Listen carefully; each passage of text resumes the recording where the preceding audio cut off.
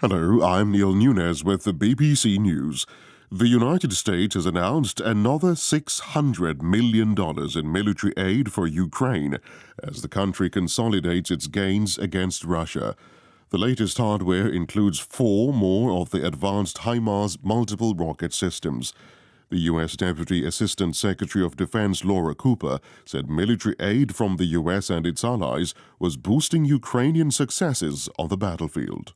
This package will provide the Ukrainian Armed Forces with additional capabilities and munitions that it needs to maintain momentum in the east and in the south, including additional artillery and precision fires. Ukraine has demonstrated the ability to use these capabilities to degrade Russian logistics and command and control, creating opportunities for Ukraine to maneuver and to advance. This has created a change in battlefield dynamics. Meanwhile, President Volodymyr Zelensky says Ukrainian troops are making rapid and powerful advances and that dozens of settlements had been recaptured from the Russian military. Grant Farrett has this report. Mr. Zelensky said ground was being retaken in all 4 of the regions which Russia last week declared to be part of its own territory. But it's in the south that the advance is most striking. After weeks of making little apparent headway and suffering numerous casualties in the Kherson region, Ukraine's forces are now moving ahead at speed. Many of the settlements abandoned by the Russians are close to the Dnipro River. For the second day running, officials loyal to the Russian-installed administration in Kherson have said there's no need to panic. Their words sound increasingly hollow.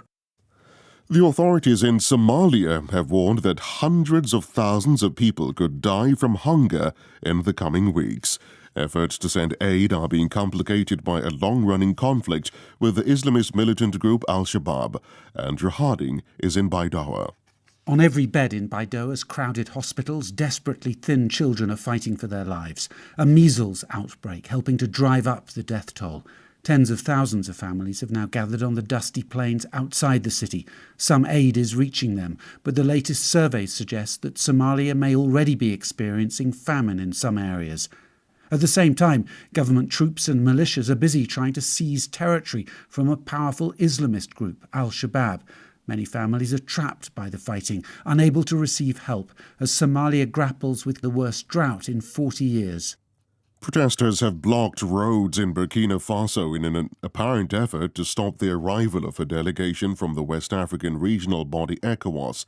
It's due to hold talks with the country's new military leader, Ibrahim Traoré. He seized power on Friday in the country's second coup this year. This is the world news from the BBC. The world's richest person, Elon Musk, has agreed to go ahead with buying Twitter.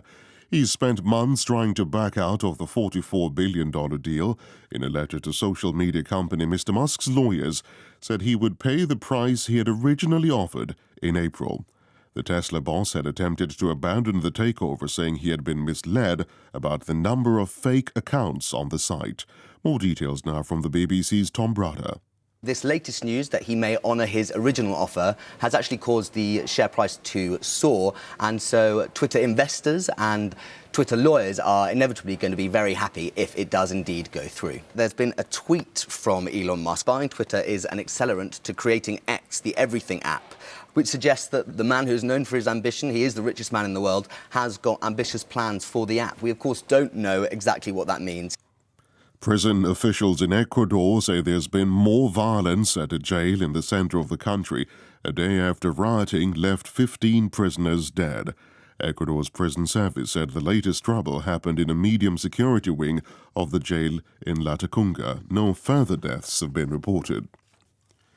Reports from the Iranian city of Zahedan in the far southeast of the country say the number of people killed in several days of clashes between the police and protesters has reached at least 83.